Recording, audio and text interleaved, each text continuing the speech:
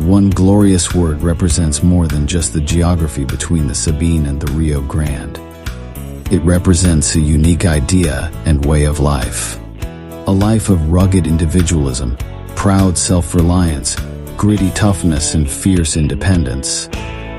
That is what made Texas, and that is what will save her again. Howdy, folks. Sam Houston here. I want to thank you for tuning into the Feed Bandit Podcast. Feed Bandit is the Texas first outdoors brand built by rabid Texans, for rabid Texans, and all those who aim to be one someday. We unapologetically promote the ideals that shape our Texas pride and Texas first patriotism through our love of hunting, the outdoors, and the gear and apparel we create. Texas, above all else, preserve the tradition, protect the legacy. Check us out at feedbandit.com. And to repeat that great rallying cry from a former colleague of mine, liberty or death. Now, enough of my talking. Here are a couple of bandits that love Texas as much as I do. Enjoy.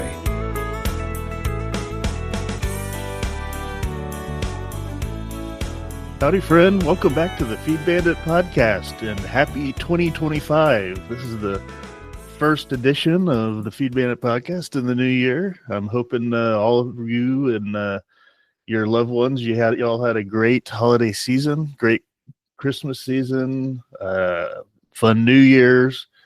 Here at the El Bandito household, we didn't really do anything for New Year's. Had some friends over and their kids, and that's about it. It was very, very low key, but I hope some of y'all had a great time. Christmas was wonderful. Saw a lot of family, saw a lot of friends. Got to do, well, I guess right before Christmas, did some hunting. I think I told the story already about being able to shoot that black buck. That mount of the black buck was my big Christmas present. So I kind of handled that one myself this year. I hope any of y'all out there were able to get out to your land, your lease, whatever, and you're able to fill your freezer. I was lucky enough to be able to do that this year. Let's see. I'll post this in the show notes or on the podcast pic, but I was able to fill up my stand-up freezer, and that is, man, I feel so grateful and lucky to be able to do that this year, and each year that I'm able to do that. Let's see. My family will go through probably 5 to 7 deer a year if I'm able to shoot that many. And that's what's in there right now. I have 5 deer in there right now, and now granted, I eat most of the special cuts, if you will, like the steak cuts, the back straps, tenderloins, that type of stuff, the heart. Although my daughter, she joins me in the venison steaks. She just tried the heart and she loves it. She always asks for me to cook another heart for her. But yeah, my family in general, everybody will eat some sausages that we get made. Of course, the ground beef that goes into everything, or the ground meat that goes into everything. Which the most versatile, I guess, thing you can do with venison. Let's see. Yeah, hadn't been that cold here yet. Coming into January, now that we are into January, going into February and March, maybe it'll get a little colder here to where I'll cook chili a lot more. I love doing that on a cold day, especially an overcast day, maybe on the weekend, cooking some old deer chili. It's making me hungry recording this. But yeah, no, I mean, what I typically like to do with my meat when I get it is I will, we've done everything, in the past, but lately what I've done is I'll take the 4 quarters, and that's what I'll take to the processor to get specialty things made, right? Where I am, there are 2 that I go to. There's a third that I'm going to try if I'm able to get another one on the MLD land this year, or I'll wait till next year, of course. But the two that I've gone to down here near where I live, one's Granzine. They are a amazing, awesome meat market down in New Braunfels. By the way, they have the best bacon in the world. I mean, there's nothing better in my opinion, or at least I haven't tasted anything better, any better bacon in my opinion. So I love to go there and get their meats, give them a shout out. And that's where I take my deer typically. And they make amazing sausage. Of course, you're down here in Central Texas where it's German everywhere. So all the sausages, I mean, they're just really good. So yeah, I love going there. And let me say, if you stop in there into their store, just for whatever reason, meat or whatever, be sure to grab one of their pre-marinated tri-tips. That is probably my favorite cut of meat that I just go in and buy for the grill or for the oven or however you want to do it. The way they marinate it, it's just so good. And when you cut into that thing and eat the outer skin of it, and after you sear it and then throw it in the oven, which is typically how I like to do it. Oh, it's so good. Gives myself 2 meals. Yes, I eat a lot of meat at one time. Typically, I'm only eating meat if I'm doing that. I'm not wasting stomach space with, vegetables or whatever else. So, no, that's really good. Be sure to do that. Of course, their sausages are next level greatness. So that's where I've taken most of my meat. I took 2 deer this year to a place called Rust Meat Processing. They're kind of on the east side of New Braunfels. And man, they make really good hunter sticks or deer sticks. They're phenomenal. And talk about a great meal, a great snack, easy to deal with because they don't necessarily need to be cold, to eat that type of stuff. But they're really, really good. So I'd recommend taking at least, if you're in this area, if you're anywhere near this area, San Antonio or whatever, taking a deer to Rust and get some of their hunter sticks, buck sticks, I guess is what they call them. So that's really good. So, I got a lot of that stuff and stacked up the cooler. This is the first year I did actually have, believe it or not, a couple of hams sliced up into just steaks. And the way they did it for me at Granzine is that essentially it looks like they just took the ham and put it through the blade, and cut out these steaks that are maybe half an inch, and it's the bones still in them, the femur. And wow, that's like the perfect size. Throw some grub rub on that, let them sit for like a day, come home at night, throw it on the grill. And that is a phenomenal steak right there. Now, if you do this, do not neglect the bone, okay? Because the way they do this, they just slice them and then they package them. So that bone's in there with the marrow. And when you marinate it like that and you throw it on the grill and blah, blah, blah, be sure you take a little spoon or something and kind of get that marrow out. And that stuff is phenomenal as well. So don't forget to do that. But yeah, no, I feel good. I'm happy. I'm recording this on the 2nd, January 2nd. Like I said, the freezer's full. I hope yours is full as well. It'd be interesting to see how what everyone's freezers look like. Send us a picture. Howdy@feedbandit.com. We'd love to see. And what's your favorite? Where do you take your meat? Where do you go have it processed? We'd love to hear the different places around and what's best at those places. Shoot us an email. Let us know. And I'd love to get a page going, actually, maybe like a blog page of listener feedback on deer processors. Where it is, kind of how long it takes maybe, and then what are the best things to get at that particular processor. Because each one can have like unique stuff in there. When I dropped the deer off at Rust, some of y'all you may have heard of this before, maybe a common thing, I don't know. But I was sitting there looking through their cold cabinet and looking at the different unique ways they make things, and I ended up buying some mac and cheese sausage. That was pretty good. We're trying. The best thing that I got there were called rattlesnake eggs. And, to be honest with you, I'm not sure exactly what's in it. I think it was maybe chicken or something. But the way they wrapped it it was bacon wrapped.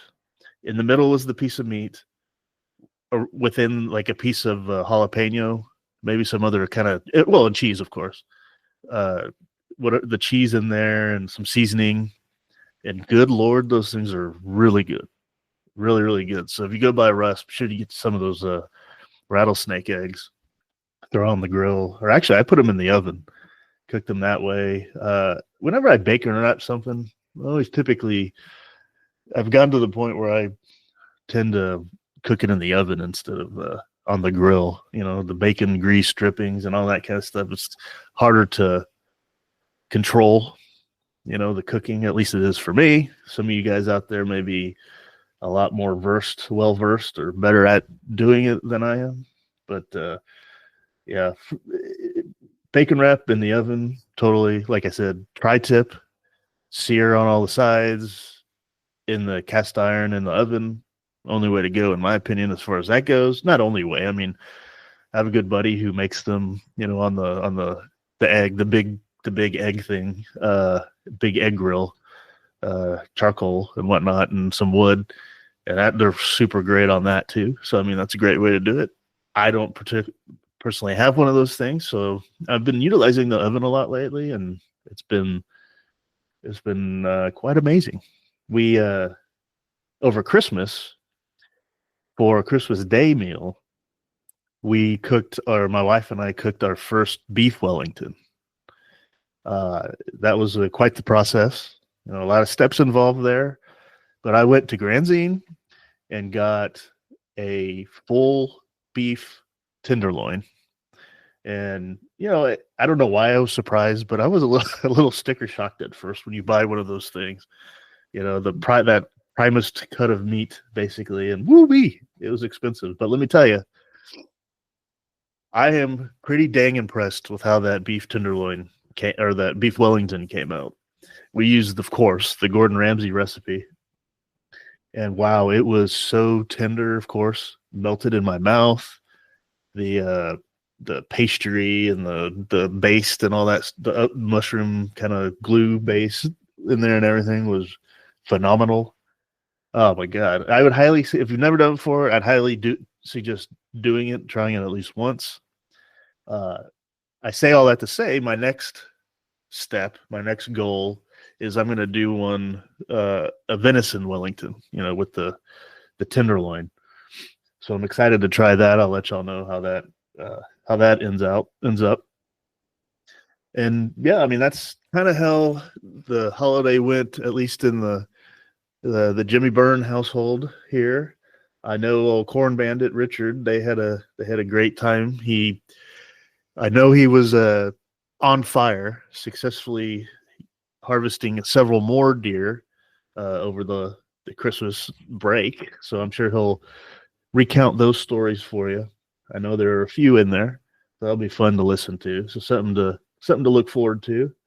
And yeah, just wanted to throw one out there for you, to catch up on what's been going on. There's a couple of other stories that I thought would be, interesting to read through, one, and then something of like a recommendation or kind of a reminder of some things you can start thinking of now that regular season of deer hunting is going to be over very soon, for a couple days. So we got to start thinking, okay, how do I now start preparing for next year? First, let's just go through a quick article on another young hunter harvesting their first deer. We love reading through these articles. They're very excited to read. It's just a reminder. We highly encourage everyone out there to take your kids out to the field. Teach them the ways. We can't. They're the future of the sport. I would also say in a lot of ways, folks like you and me, folks like you and us, and then our kids will be the future of our home, the future of Texas. You know, I mean, this sport that we love is the foundation, truly, of everything that's Texas. If you think about it, you know, when you think back into back in the day, what do you think of when you think of Texas? Like cowboys and folks out in the wilderness and the plains hunting, you know, building cabins, you know, all this type of stuff. You know, rugged individuals like General Sam talks about in our intro to this podcast. That is Texas. You know, it's not people looking for a handout. It's not, you know, people coming here not caring or buying into the culture here or any of that stuff. It's really Texas is people that want to support themselves, want to take care of their family, want to do the things that are right, want to protect their land, and just in general kind of just want to be left alone and not told what to do. Let me live my life, and let me take care of my family, do the best that I can, and go on from there. You know, I mean, Texas, the Republic of Texas was founded on folks that all they wanted was a place that they could do that, have an opportunity to, you know, to do their best and raise their family. And then when the Mexicans and the Mexican dictator threw out the Constitution that they thought guaranteed those freedoms, well, then they fought back. You know, unfortunately, now we've kind of forgotten, I think, a lot of that. And we need to get that culture, that frame of mind back, because we've been lulled like a frog in boiling water to sleep, essentially, with all the things that have been handed down, forced upon us, stolen from us by Washington, D.C., by Mordor. So it all starts with taking care of yourself and your family first, taking care of your home, then taking care of your land. A lot of that centers around hunting and fishing and being in the outdoors. You know, once we develop those skills, we're able to impart them to our children, and hopefully us and them will be the ones that will be able to, you know, turn the ship around and get us back in the right direction and not be dragged down into the abyss by the dying crab. That's the sinking SS Washington, D.C. So anyway, all that being said, let's get into this article called First Buck from the Ground. Finley Battistoni recently harvested her first deer, a 10-point buck, on her family's ranch in Edwards County while hunting with her dad and younger brother. The 9-year-old was headed to the blind in the early afternoon with her dad and 3-year-old brother when they walked up on some does feeding along the edge of some cedar trees in the field. The trio froze in their tracks to try to avoid spooking the does, hoping a buck might be following them. A few moments later, a buck came out of the cedars and the doe ran off. Apparently exhausted from chasing the does, the buck lay down almost immediately at the edge of the cedar brush in some tall grass, about 70 yards away. We got down low to the ground as soon as we saw the buck, and my dad set up my tripod for me to set my rifle on it to try to get a shot, Battistoni said. I was sitting on my knees looking through the scope, but all I could see was the tips of his ears and the tops of his antlers sticking up above the tall grass. The youngster said she had to try to stay still while sitting on her knees on the rocky terrain. That's not fun. I've done that before. It seemed like I had been sitting there forever, and my legs and knees were really starting to hurt, she explained. We tried making some different animal noises, thinking it would make him stand up, but the buck just kept staring in our direction. See, this goes to what we read about in the rut back in the Whitetail Strategies series on the podcast. You know, they just chasing does. They get so tired, or they're either so focused on that they don't care who you are, or in this case, it seems like he got so tired that he still didn't care who you were. You know, Battistoni's father made some goat noises, and her little brother started quacking like a duck. They even tried throwing some rocks in the buck's direction, but he wouldn't budge. We'd been sitting there for about 40 minutes When the deer finally moved to get up, Battistoni said, he rose up on his front knees first, and I could see his chest and neck. My dad told me to aim right at the white patch on his neck, so I put the crosshairs right where he told me to and pulled the trigger.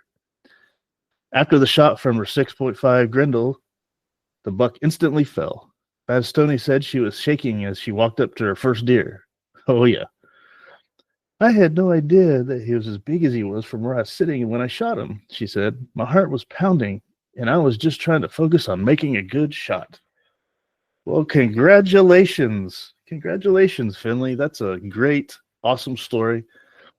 Moral of the story there, in my opinion, is being patient. Being patient. Sometimes you're going to be in a really, really spitty situation where it's not comfortable. You know, your body's going to start aching and all this type of stuff. But if you just be patient and suck it up, fight through it, then good things come to those who wait, right? It's like ketchup. So congratulations on that one. That is really, really awesome. And I bet she learned, in addition to what I said, you know, her dad and them going out there, taking the time, becoming one with nature, learning patience, learning respect, ethical hunting, you know, all this type of things. It's tying us each time we're out there. I think it, in a way, it ties our minds, ties our souls kind of back to the land here in Texas, you know, and it when it does that, subconsciously, it gives us a reason to fight the good fight, you know, a reason to not get not get overly caught up in all the BS in life and think about, you know, what's important, my family, my land, where I live, all this type of stuff. And then once you start thinking that way and you start seeing all the things that are being done to us and to the land, you know, it really starts to upset you and it gets you fired up, you know, and then you start thinking, you know what, maybe I do need to do something or be more active in this thing, spread the word more about how important Texas is to us, how it is the most important thing next to family. And, you know, of course, if and God, depending on your proclivity, you know, it's so important, because once that goes, once where we live is totally and utterly dominated and controlled by folks that don't see eye to eye to us, then it's all lost. Yeah, we still have hope here. So, and speaking of losing control of your land, this is another article in here in Lone Star Outdoor News, December 13th edition, titled, "It's Time for Raccoon Control." Oh, okay. What is that? Well, it goes, in the 1970s and early 1980s, raccoon fur prices were relatively high, $25 to $30 for a large pelt, and Texas raccoons were the standard for color. Most raccoon pelts were shipped overseas, including to the old Soviet Union, where fur kept the people warm in the cold winters. Now, 40 years later, embargoed exports to Russia has dropped the price of a raccoon pelt. Even if you can find a fur buyer, you'll be lucky to get $5 for an extra large pelt. But raccoons can do a tremendous amount of damage, raiding deer feeders, depredating turkey and quail nests, and damaging hunting camp buildings. I'm sure a lot of you, I'm sure you've experienced raccoon damage if you've been hunting for any period of time. Just as an aside here, if you've noticed, or if you're new to the podcast, Feed Bandit, the bandit in Feed Bandit is the raccoon. Why? Because that raccoon goes and steals the feed, like a little bandit. You know, goes up there, picture your feeder up there, hanging from there, pushing the feed down, spinning the feeder. See, we've seen that before. These guys are all over the place. So, in a sense, this Feed Bandit podcast, you know, is both a tribute to the raccoon and respect to the animal that is the raccoon, but at the same time, a fight against the raccoon. It's not just the raccoon, but it's any of those predators that'll get between us and our whitetail trophies, right? Anyway, I'll stop rambling as far as that goes. I'll start here again. But raccoons can do a tremendous amount of damage, raiding deer feeders, depredating turkey and quail's nests, and damaging hunting camp buildings. Landowners and deer hunters interested in removing raccoons should target raccoons from December through January to maximize impact. So we're right in the middle, or right now, the time to be taking these dudes out. Raccoon biology is fairly simple. The animals are not territorial, and you can have as many raccoons in an area as you have available food. Deer feeders often supplant natural food, and raccoons concentrate on feeders at this time of the year. The majority of raccoons breed in February and March, with young born in April and May. Once breeding season is over, raccoon movement slows down considerably, making December and January the best time to remove them. Raccoons don't hibernate, but during periods of extreme cold, they will hole up in a hollow tree or abandoned ranch building, or your deer camp, for days at a time without moving. The combination of cold nights and relatively warm days make these the perfect months to trap raccoons. Modern foothold traps have evolved significantly, and the creation of raccoon-specific dog-proof traps has revolutionized raccoon trapping. Dog-proofs are a metal cylinder set above the ground with an attractive food placed inside. A trigger is also placed inside the trap, and when the raccoon puts its front paw into the cylinder to get the bait, the trigger activates a metal loop which holds the coon's foot against the side of the cylinder.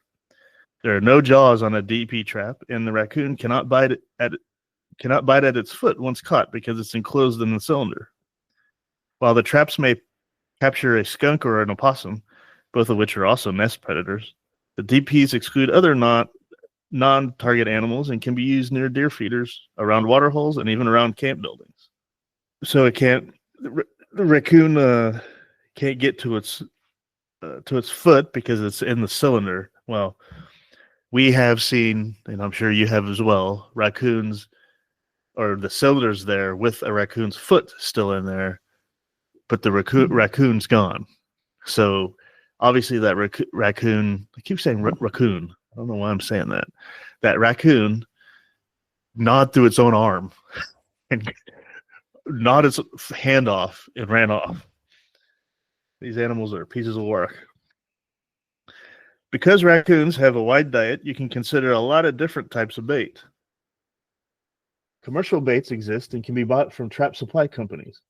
In colder weather, something that smells strong, such as sardines or other cheap canned fish, can be effective. Marshmallows, especially the mini size, are also attractive.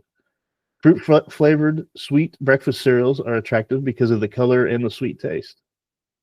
While the fur market is visually non-existent, or virtually non-existent, you can use the raccoons you catch for wall hangings or have them made into fur garments. A number of tanneries and garment makers exist, and a quick search will provide access to companies which will turn your nuisance raccoons into a beautiful coat or vest for a family member. I got to get a vest. By trapping raccoons before the breeding season, you'll ensure the pelts are at their best, and that you'll minimize the damage to your quail and turkey nests next spring. So there you have it. While the raccoon is a formidable opponent, you still kind of keep your eyes toward them, and make sure they're not damaging what you're really out there doing, what you're really out there for, what you're doing all the hard work for, and that's raising some good bucks and some good dough that you want to eventually harvest to fill those freezers like we talked about at the very beginning.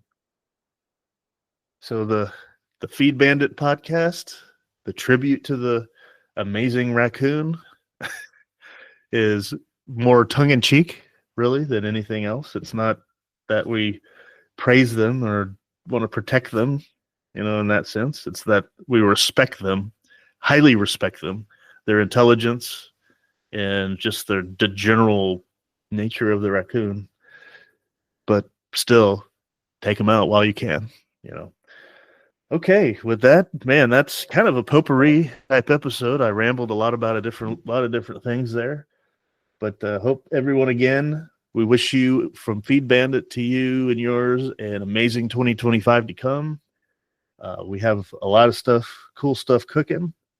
I may have mentioned in the past about the gear that we're working on. We have some ideas for some cool stuff to use out in the field. And we actually have, believe it or not, now some available polo designs and hats. You can go to feedbandit.com, click on gear, and you can kind of explore that stuff there. They're not finalized. Some are still in prototype / ideation phase, if you will. You can buy some of these polos. However, and there's a warning kind of on the page saying, look, if you're anything like me and Richard, and you have any kind of, well, let's put it this way. If you're kind of like an average American with, any kind of maybe a little gut or, whatever, you're not super skinny, you don't wear thin fitting clothes, then you might want to hold off till we get our sizes updated, because everything right now, polo wise, that's on the website are thin fitting polos, skinny. So if you're relatively skinny, you can certainly go on there and buy some of these shirts. I think our patterns are second to none. I think they're amazing. They're out there. They're ours. So take a look at them. Please let us know what you think. We have two main categories: Texas hunting and Texas Pride, Texas History camp polos, and hunting camp polos. So we're calling all our polos camp polos. You can wear them to the office. If you got to wear a polo there, you could wear them from there all the way anywhere up to the deer camp, the versatile polos. So they're really cool. We think they're very unique, and we're excited to get those out for you. So you go take a look and let us know what you think, if you like them or not, which ones are your favorite. And especially if you're not a thin, skinny man, we're going to set it up to where you can get on a waiting list. So check it out. I'd love to have some feedback on those things. Very much Texas history, Texas pride, hunting focus type stuff out there. So please go take a look. We're very excited to do this stuff. We got other stuff in the old hopper. So stay tuned for all that, and we will we'll be pumping these things out like normal going into 2025. So we hope you stick around. Hopefully we're giving you value for your time listening to these things. So hopefully you're learning something here and there. Hopefully we're entertaining you somehow. And hopefully maybe we're convincing you to reorient your thinking towards Texas and not so much, the U.S. as a whole. Let's focus and take care of home first. Then everything else can go from there. All right, folks. Well, I will talk to you on the next one. Take care, and remember, support your local feed store.